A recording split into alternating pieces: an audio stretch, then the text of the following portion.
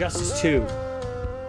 My initial impression when I looked at the first Injustice, I thought, cheesy fighting game. I loved Street Fighter, original Mortal Kombat. I know Guilty Gear is cool. I know there's some other cool fighting games. To me, it feels like fighting games, it's such a careful... you need to be balanced. It needs to be accessible. It needs to be something there for the experts. But I've heard great things about Injustice, and I was looking at your review over on WWG, and I was really impressed with what Injustice 2 is doing. It sounds like it actually has something for everybody. Story modes, deep online, it's accessible. There's lots for the experts to dig into. Tell me about it.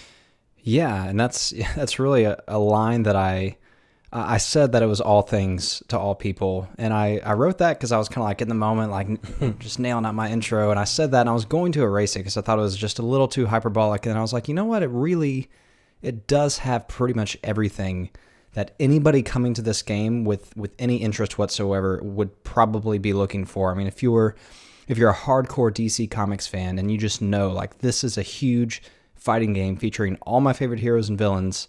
If you're that kind of person and you don't necessarily care that much about the competitive aspect of the game, the story mode for that person is going to be absolutely phenomenal. I was blown away by not only the length of the story mode, but also the quantity and length of extremely high quality cinematic cutscenes throughout.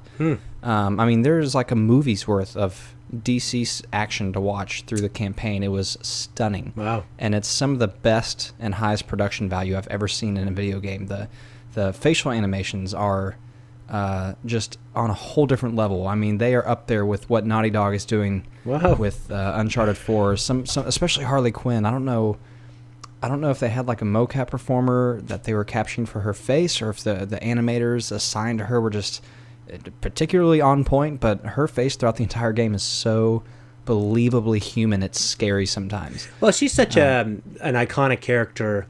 I mean, there's a sex appeal, but she's one of the few DC characters that I know really well, and with the Suicide Squad movie coming up, Margot Robbie being such a part of that, I could see why they'd put those extra resources into her. It's like with a WWE game, Triple H always has the best character model. He goes in and talks to 2K, and he approves and disapproves things.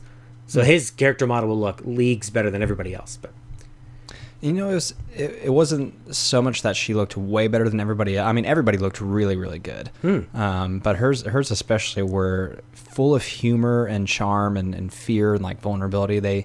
Harley Quinn is actually kind of a weird kind of like side hero throughout the campaign. She plays a pretty major role for the player. She's almost kind of like the everyman. Like she's as strange and goofy as she is kind of like your emotional connection through a lot of this story.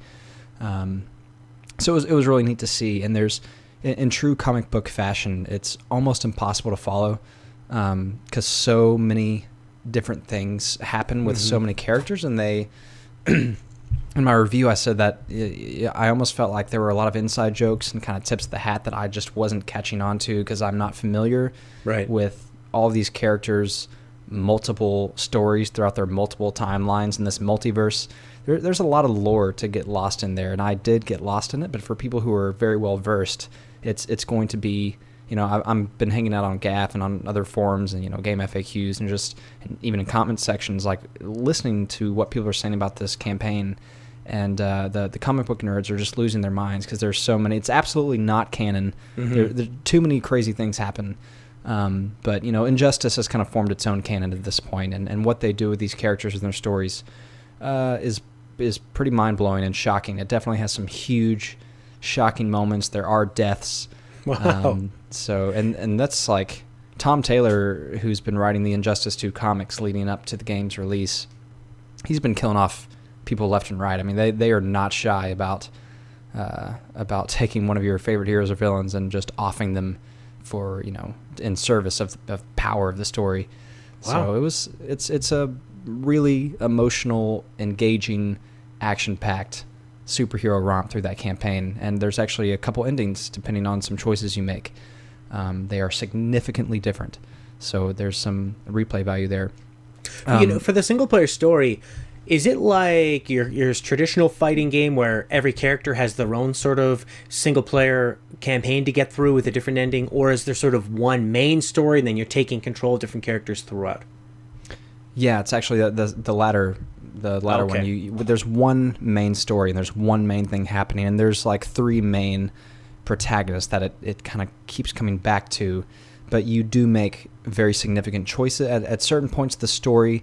Before a fight starts, you might have two different options. You can choose to fight as this character or this character, and then depending on which one you decide to walk into the fight with, things might play out a little bit differently. And then at the end, by the end of the game, you're used to that mechanic where the story will culminate in a point where a fight's about to break out, and you have to pick this character, that character, and at the very end, the choice you make is a really significant one, and it affects the entire end of the game.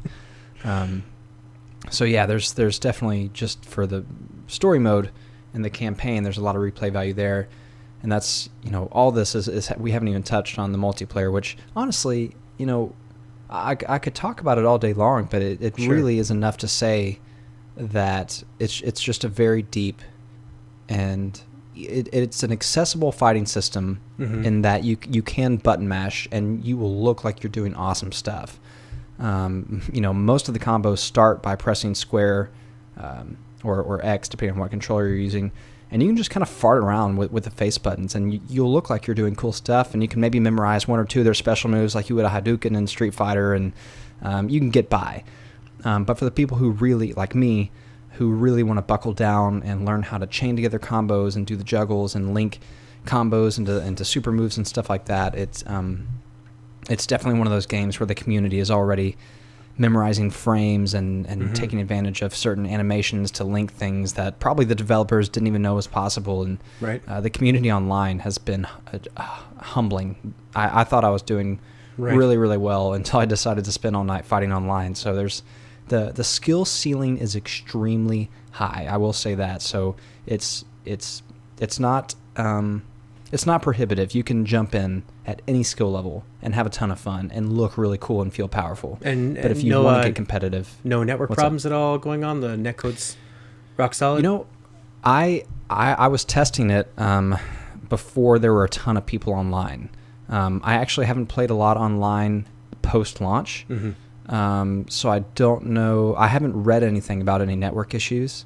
And usually when you run into network issues, it's before launch. Usually they kind of will use reviewers as kind of like the last round of beta testers and dummies. Or if something goes really wrong, they can fix it for launch. But I didn't run into any problems. My cumulative time online was probably about 2 hours over my time playing. I spent most of my time exploring the offline modes. But So you're telling me a fighting game can launch with a robust single-player campaign and rock-solid multiplayer? So weird. I know, it's unheard of at this day and age, but Wow. yeah, Capcom is blushing over there and feeling really silly right now. What would you compare the fighting style to? Is it similar to Mortal Kombat, Virtua Fighter, Street Fighter? Yeah, it's actually people who are familiar with NetherRealm games and have played Mortal Kombat X and stuff like that. Obviously the original Injustice. It's very much like that. It's simple, 2 to 3 to 4 hit combos that chain together into interesting juggles and interesting combinations. So it's really taking your core set of special moves, your fireballs, your special grapples and stuff like that, your core list of maybe 7 to 10 3 to 4 hit combos, and just learning how to link everything. As opposed to a Tekken or a Soul Calibur where you can string together 9 to 12 hit combos where Right. every single thing is a direction and a combination of buttons. It's more simplistic in its approach, but in execution, to do it expertly, it does take just as much discipline. So again, that cliche of accessible but easy to learn, difficult to master, it really is that thing, but in a really good way. And there's also a lot of unlockables and sort of grinding, different equipment you can get for the characters. Oh my gosh. And from what I've read, you can unlock different sort of, I don't know if they're called crystals or whatever they're called, but you can sort of change the gear so it has different properties. So say if you like the way a certain piece looks, but you want it to have a different sort of property, you can do that as well. It's a huge part of the game. That's what they've really been selling. Their mantra, their tagline for this game is "Every battle defines you," and that's because after every fight, not only are you leveling up, which, as an RPG fan, you know how much I love levels and loot and progress. After every fight, you're leveling up and you're unlocking pieces of gear. You have leg, chest, head, accessory, arm gear. There's so many pieces of armor for every single character, and they look really, really cool. So yes, not only do they look cool, and there's all kinds of different color shaders on top of it all, but they also affect your character stats. Your characters have maybe 5 or 6 base stats that will be affected by gear, and you can play separately without the stat effects. If you want to toggle a competitive mode, you can keep all your armor on and look really cool, but everybody is like kind of at the baseline stats. But for people who want to build their characters exactly how they want, if they want to build a really tanky, high defense, Wonder Woman, or maybe an Atrocitus or Swamp Thing that you you don't have to move so slow and like stay back and wait to swing. You can just like barge in there if you want to crank up his abilities. You could do that. They really made it so that if you want to play hyper competitive and just not worry about gear, you can do that. But if you want to unlock the baddest and the coolest looking armor and create this whole new playstyle based on whole new stats, you can do that too. And yes, with these source crystals, you may have a set of gear that looks exactly perfect like you want it, but there's maybe a few pieces that have better stats. You can use these source crystals to kind of swap, like as long as you own all the gear, you can make some of your gear look like different pieces of the gear while maintaining their original stat boosts. Wow. So basically they just make it so you can look however you want and fight however you want. And it works really effectively. And then you... this gear comes, and then I've read somewhere that you're getting the gear, and it might be sort of like a level 20 for a character, but maybe that character might be at like a level 3, so you've got to go in there and grind that character up. Is that how that works? There's always a carrot on a stick, and as you even going through the campaign, like even if you haven't spent any time at all online, you're going to be unlocking like epic level 20 gear for your characters, and you can't equip gear that is of a higher level than your actual character. So but honestly, it's kind of like an Overwatch. You might get a skin for a hero that you never play, and you decide to pick up that hero and start playing because you just want to look cool and use that skin. It has that effect in Injustice too. Like, I haven't played Green Lantern at all, and I didn't really have any interest in selecting Green Lantern, but I do have a level 20 awesome looking lantern sitting there that I'm going, especially when I like max out all my mains and I get kind of bored and I'm looking for a new challenge. That's the perfect excuse to go start playing Green Lantern because I know I have some awesome gear sitting there waiting for him, and when I level him up, it's there. It's instant rewards. So they put out plenty of carrots dangling on plenty of sticks out there to keep people trying new characters. So you said you spent a night of multiplayer with this game. Are there any big trends online right now? What's the current meta? Are you seeing one character selected predominantly more than others, or is it pretty balanced as people are figuring out exactly how this shapes up? Yeah, sadly, I only really had about 4 or 5 good opponents because it was so new. There's a lot of people that just want to get really close and duck and like spam punches or just spam grabs as much as possible or spam the one fireball that they know. It was for me because I was still figuring out kind of my new character, and I didn't really know how to defend against it. Yeah. So that can be really frustrating. I expect the meta will evolve in a really positive way the longer the game is out because people are going to actually learn how to play effectively, and they're going to stop, trying to be douchebags that just try to win at any cost. Right. Those people are always out there in fighting games, but so I can't really speak too much. Speaking of meta, though, since you said that word, sure. I didn't talk about the multiverse, which is this entire other single player mode, which is basically like it's almost like a survival mode. It's multiverse. At any given time, when you go into the mode, you'll be presented with like 5 planets, and each planet will have like maybe 4 or 5 like survival mode style trials on them, and if you can get through those challenges, you're rewarded with experience, and they call them mother boxes, which will unlock gear or just specific pieces of gear. And they're all timed, so like these challenges they're handcrafted. They're not randomized, but they're all timed. So there might be, one planet over here that only lasts for 4 hours, and it has a few challenges in there. And if you can get through them, You get this really awesome piece of gear for Wonder Woman. Or there might be a planet over here with some challenges that last for like 3 days. And so the multiverse are these comings and goings of handcrafted, kind of well thought out little mini challenges where you'll have to fight through a string of like 3 or 4 battles using a specific character with certain modifiers on the stages or modifiers on your enemies. And if you can get through them, you get these really cool exclusive rewards. And when I talked to Ed Boon about it, he was like, we've made thousands of these. They're going to be coming and going for a very long time. We have themed ones for holidays. There's going to be special ones to coincide, with, certain releases. And so that's another thing. So releases like certain movies coming out? No idea. Oh, okay. No, I don't know. Maybe. You don't give up Ed's secrets. I gotcha. I mean, it wouldn't surprise me at all. But, it's just that's another really cool, like, honestly, if you had no intention of going online ever in this game, you're guaranteed like at least a year of fresh single player content with the multiverse alone. I mean, you could go through the story mode several times, but the multiverse is kind of like that endless new challenge with endless rewards kind of thing. It's a really great system. For the first time, it seems. I mean, I'm pretty ignorant to what Injustice 1 did, so I could be wrong. Maybe they've already done a lot of this stuff. But it seems like a really fresh take on a fighting game. For the longest time, it's just been that same Street Fighter format of here's a bunch of characters, they all have a little mini story, and then you play online, and here's a training mode. And that's really... They focus so heavily on just balance characters, more and more characters. But I can't think of a fighting game that has seemed so robust to somebody that, like myself, who maybe doesn't want to get really heavily into the competitive part of it, although I have been bitten by that bug. But if there's a lot of fighting games I would just pass on because I think I don't really want to get that into it. But this sounds like just a great old time for just about anybody, or somebody like fighting game fans that have lapsed over the years. Yeah, no, it absolutely is, because you can, like I said, you can enjoy it no matter what you're wanting to get out of it. I mean, even if you just want nothing but story, I honestly think it's worth the going in price just to do all the different ways that the single player campaign can branch off. I think somebody would feel gratified paying full price for this game.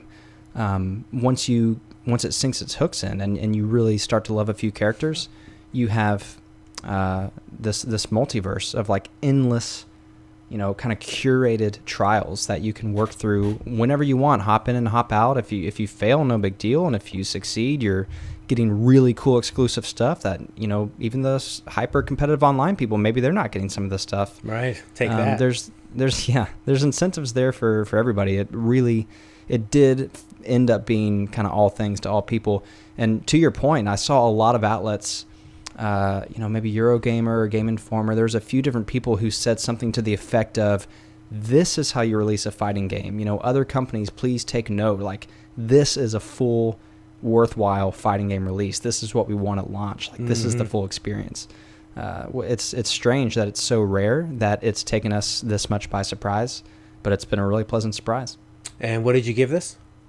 I gave it a freaking 5 out of 5. I had no reason. I sat there, and I discovered that I was just trying to find reasons to give it a 4.5 so I could try to look objective. And I was like, no, it deserves a 5 out of 5. It's a fantastic game. Is it better than whatever Soul Calibur you were really, really into? No. That's a purely subjective... That's like asking me if the PlayStation 4 is better than the Dreamcast. Like, in many ways, obviously, yes, it is. But right, Dreamcast is my favorite console. Okay, Dreamcast, Soul Calibur for life. But yes, Injustice 2. Well, you've got me pretty intrigued. All right, Matt, people can find you at wwg.com. You're writing reviews, news. Yeah, we're at WWG right now. They're going to find me at comicbook.com/gaming. Okay. We're fiddling with this temporary URL change. It may or may not stick. I'll definitely let you guys know in the future. But for now, we have most of our esports stuff that is strictly esports is sticking on the WWG URL. So you can find a few of my colleagues are still putting a lot of their stuff or most of their stuff on WWG.com. For everything traditional gaming, for our Injustice 2 review, for most of what I'm doing all day long, Monday through Friday, We're at comicbook.com with our brothers and sisters there in the office, /gaming. Okay, and you're on Twitter at Matthew Face, right? That is correct. Yes, sir. Thanks for joining us. Thanks for watching, listening, everybody. And bye for now. Right on.